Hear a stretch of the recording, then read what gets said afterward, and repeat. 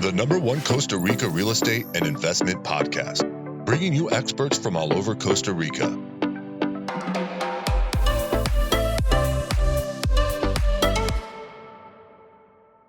Good morning, guys, and welcome to episode 212 of Costa Rica Real Estate and Investments with me, your host, Richard Beckson. Today, we're going to be talking with Johnny from Green Healthcare in Costa Rica.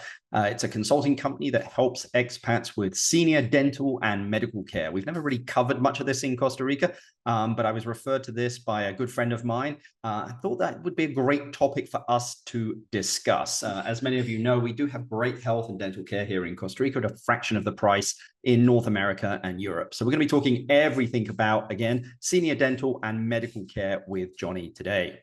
Remember, guys, if you're looking to do anything here in Costa Rica or interested in investing, we have a fractional ownership in Aranao available. We only have a couple of shares left actually now. That one sold out pretty quickly.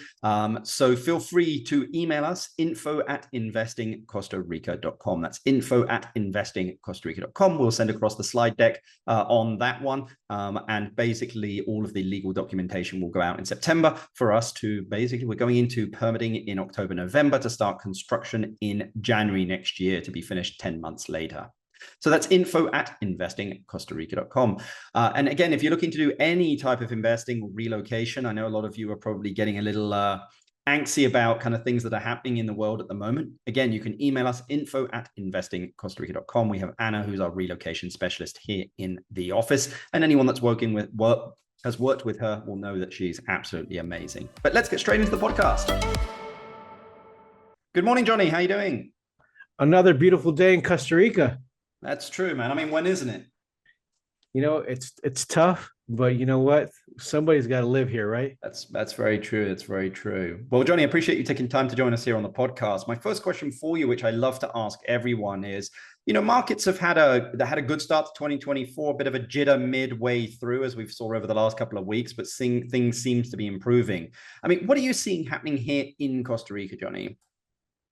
Well, you know what? I think the shift in the government and such on doing so many things, trying to attract business to the country, doing things to try to better it. I think it's in a positive direction. The only thing I believe is I do healthcare, so yep. I believe that the healthcare infrastructure also has to come in line with that. Not just for a retiree, but people that are trying to invest, that adequate amount of services are available. That's more of a direction of that some people don't take in consideration. You know, you buy something too far out, there's not enough health services or services at all. You have to take in consideration. And I always think that people that are professionals in the area like yourself, to point people in the right direction, don't make those big mistakes, those costly mistakes. Yeah, I mean, I think it just depends on, you know, who you are, age, if you have any healthcare kind of, you know, situations. I mean, I think if you're very elderly, moving down to the OSA is probably not the best thing to do, you know, but, you know, being, I don't know, you know, up in the Central Valley where there are multiple public and private hospitals and facilities available, I think is a good option. But you know, Costa Rica has some pretty, I would say, good standard healthcare in some areas, but we'll get to kind of private versus public in a minute. But sure, what are the services that you guys are typically helping clients with? We're typically helping them with a variety of services. A lot of it is focuses on dental, senior living, and medical services as a whole, within about 200 different types of surgeries, including both the dental and the medical, and then also even end of life. Okay. And I mean, who typically are your clients? Would you say the majority of them are, I don't know, 60 plus, 40 to 50? I mean, where would you put the majority of your clients? If you'd have asked me that 5 years ago, I would tell you that most of my clients were between the ages of 60 to 75, in that range. Yep. But nowadays, there's been an increase of people that coming in from the U.S. and Europe at the late 40s, early 50s. So yep. it has changed a lot. Well, maybe you could just, for anyone listening to this, give them kind of just a summary of what healthcare is available to them in Costa Rica, both public and private? Because I think people get confused sometimes because they get residency, they get CAHA, and what should they understand? I mean, just kind of give us a little bit of a summary on the private versus public. All right, let me go with the public first. In CAHA, what you're saying is the universal healthcare system here in Costa Rica. It's comprised with about 1,200 health facilities. Within those 1,200 facilities, there's 4 levels of care here. There is care that's visiting from the home. There's devices, which are urgent cares. There's peripheral hospitals. There's also regional hospitals, and then there's a national hospitals and specialized hospitals, and it's a level 1, 2, and 3. The level 3 hospitals are particularly located in the Central Valley, San Jose area. All of them are there. And then the regional and peripheral hospitals are in the different provinces throughout the country. And the devices, which are your urgent cares, are throughout the country, and that's about 1,200 on the public sector. And then also you have the different programs for depending on what your age or demographic group is, which also comes into play of what's being supported, because as a citizen or a resident, you're allowed to participate in these programs. But one key thing about this, Richard, is that a lot of people make the biggest mistake of, you know what, I only pay the CAHA because it's a requirement. But you're in a healthcare system that if for some reason you're not close to a private facility, you're going to have the problems that you check in with them and you don't have a health record. A lot of people say, you know what, I pay the system, but I don't want to use it. And the biggest mistake is not going in and trying to use a little bit of it. Yeah. That's on the public side. Yeah, and look, I mean, we have private healthcare. Me and my family, we do use the public for certain things. Like, again, I mean, if it's small stuff, we'll go to the advice with the kids rather than going to the hospital. So yeah, I mean, we use both public and private. I think we depend probably more on private than we do public, but not that we try to visit the healthcare system that much. But I don't think nobody wants to go to healthcare. But one thing that you should also try, Richard, is there's a thing called medicina mixta, which is mixed medicine, which is a combination of public and private, which some practitioners participate in. And it's basically, you can go to a private doctor, get medications and tests done through the CAHA, but through medicina mixta. That's something I think a lot of people would take advantage of, but the physician has to participate in that particular area. How would one find out about that medicina mixta? And the reason I ask this, because we have a lot of people that get residency here in Costa Rica. And again, as you said, they're just paying for the CAHA and never really use it. And healthcare can be, very expensive. I mean, for me, my wife and my 2 kids, I think we spend, about, I think it's really $3,500 a year on private healthcare, So how does that medicina mixta work? Like, how do you become part of that? Okay, medicina mixta is the physician that you're seeing. He participates in the program with the CAHA, the Universal Healthcare System, as a doctor that is certified to be using that. So you have to ask your physician that does he participate in that, and that's how you can mix both the public and the private. Okay, but there's not a list somewhere of all doctors that are in medicina mixta. Yeah, it's actually there. You can go in the Colegio de Médicos and you can look on there. Okay.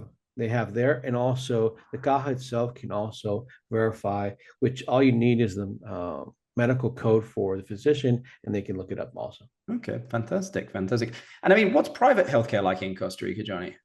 Well, private healthcare has a unique approach here in Costa Rica.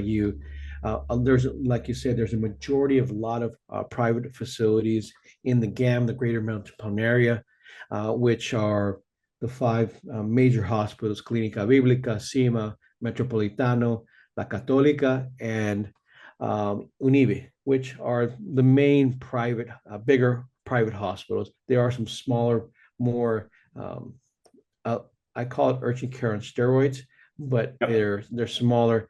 But something particular that once you leave the Greater Metropolitan, the Central Valley, they're scarce. So in certain areas, they have smaller hospitals with maybe 7, 8 beds rather than almost 100 that you have in the center of San Jose. So you have to be careful of that. The access to that service, the farther you're out, the the less that service is available. They have a lot of urgent cares that can do your primary care. But if you get into a serious situation, you have to be careful of knowing where you're going. And that brings me to this. Now, Richard, how about, do you have an emergency plan right now that with your family, you know what, if Richard falls and hits his head, what's the closest hospital, what facility is going to do, what the next steps are, because a lot of people don't do that. I don't know. Do you do that, Richard? No, I mean, I don't do it. I mean, I have a will, which basically allows my wife to make all decisions for me, but no. But what about, let's just say Richard can't drive and your wife's got to drive you to the hospital. Do you have a predetermined route you're going to go, or which hospital you're going to go to first, or even which one you're assigned to? Johnny, I would have my wife run across the door to the Caja surgeon or the private surgeon that's next door and have them take care of me and do me whatever. Thank God I've got friends that are surgeons, urologists, yeah. You know what? You're blessed, Richard. I think so. You're blessed because most people won't have that. And it's something that I also recommend to a lot of people to create their emergency medical plans. And then a lot of people, some people don't all drive. So you have to alternate driving to see how long it's going to take you to get to a medical service. But you have the pleasure of having people around you. Yeah, I would say unfortunately, in 2015, my appendix blew and I walked around with it for 4 weeks without knowing it. And I was in and out of hospital. I spent a week in SEMA, came out, had tons of tests done, and found the family internist. And he's basically been the best thing for me on anything. Anything I have, I go to see him. He's in both Caja and also private as well. And he basically is an ER doctor in Caja, but he is actually an internist and just sees a lot of stuff. And he picked up what was wrong with me in about 2 minutes. Whereas it took, other private doctors a long time to figure out. Richard, I'm glad you touched that subject. One of the things, there's no offense to physicians that are family doctors or just physicians themselves that go in, they're surgeons. An internist is one of the physicians that I go to on a constant basis because they have a well-rounded view of health, actually more accurate. And sometimes I tell you, skip the physician, go to internist, pay a little bit more, but you're going to get more of an accurate health diagnosis than rather than let's try this or let's try this. They have more training, like you said. Yeah, and again, I mean, he's part of the family now. So, we drink beers and have fun. And yeah, he's just a great guy. So, well, let's change gears a little bit into senior, kind of residential kind of healthcare. I mean, are there many, senior residential communities here in Costa Rica? Do you think there's demand for more? What's the cost? I mean, give us kind of the rundown of what's happening there. All right, let me give you a little bit of statistics right now. Right now in Costa Rica, there's about 500,000 seniors right now in Costa Rica, where represents a little bit more than a third of the population, which means that it's increasing every day. Now, it's projected to be 2032, 2035 to double. So that means there's going to be about 1 million seniors here, which equates to there's not going to be enough senior space around here. That's currently. So there's going to be a huge opportunity of senior living. Now, senior living also involves to make sure that there's enough resources around the area to support that, because you can build a senior living facility and a beautiful view by the beach, but you're an hour away from a rural medical facility. So those are kind of things that got to take consideration. So, I mean, is there enough facilities today or communities today to, manage that demand or that doubling of, I would say, people needing senior care? There is, but there isn't.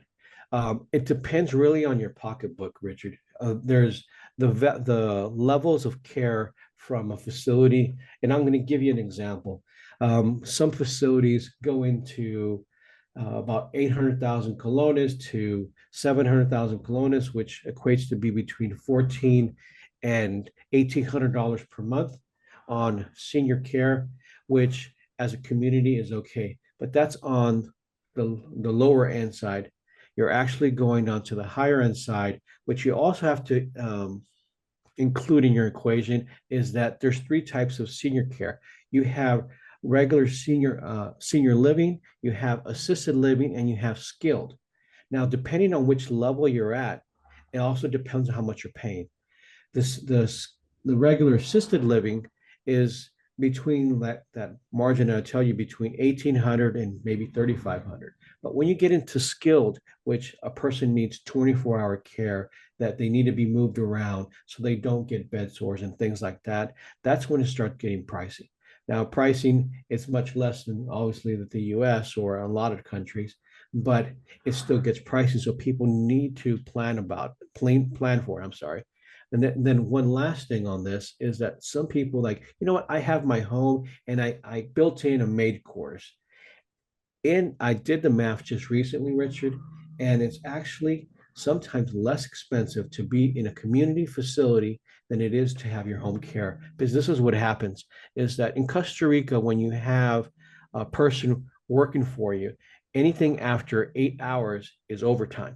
And particularly, you're going to be going that over that time. So you're going to need a majority of two people coming over, taking care of you. So you're going to be paying quite a little ducat. Not everybody saved up for that. Yeah, no, definitely, definitely. Look, my grandmother's in it in the UK at the moment. You know, she's paying, God, what's that? Nearly $8,000 a month for it. But it is that highest level 24-hour care, you know, and it's incredible. And I think that there's going to be more demand for it. I just don't know why there aren't more facilities being advertised in Costa Rica. You know, we're developing condominiums and apartment towers all over, you know, the country, but really not much kind of a, you know, in those three steps. You can have those three steps in a community. Oh yeah, yeah.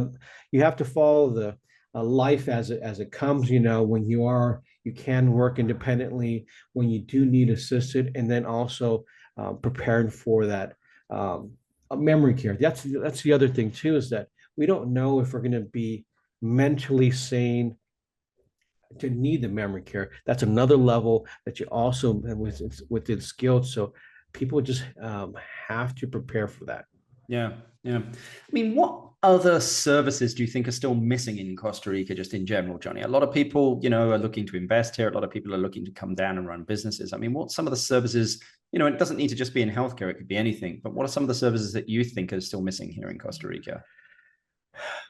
I think the transition from where they're coming from to the automated services to that in where you're living closer to the city, that automated to your door, to having that express Amazon package show up at your that there is kind of a they're having it, but it's not fluid.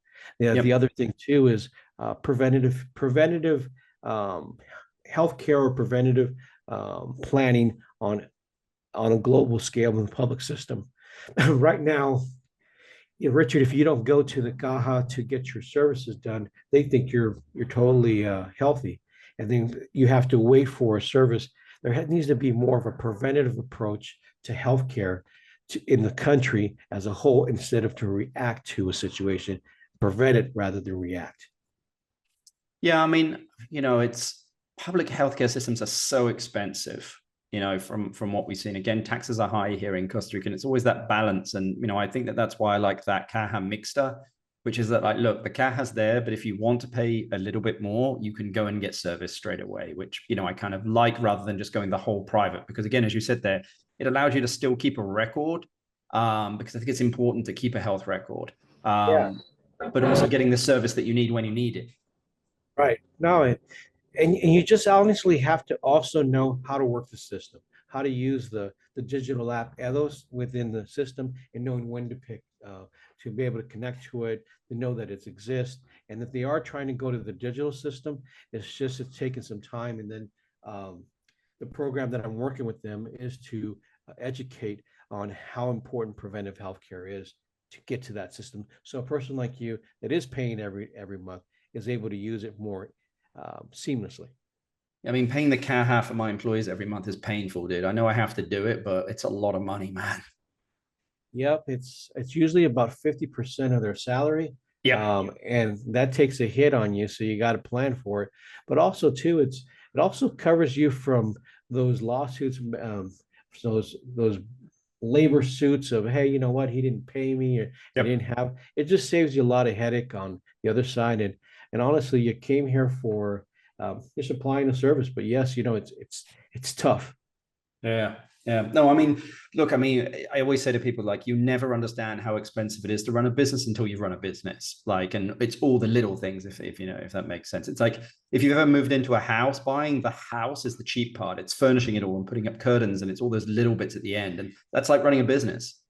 Oh yeah, definitely. No, in Costa Rica are going to nickel dime you in certain areas, but you Yep. know what? You also got to look at the positive, the areas of, hey, you know what? The property taxes. You're Yep. not going to.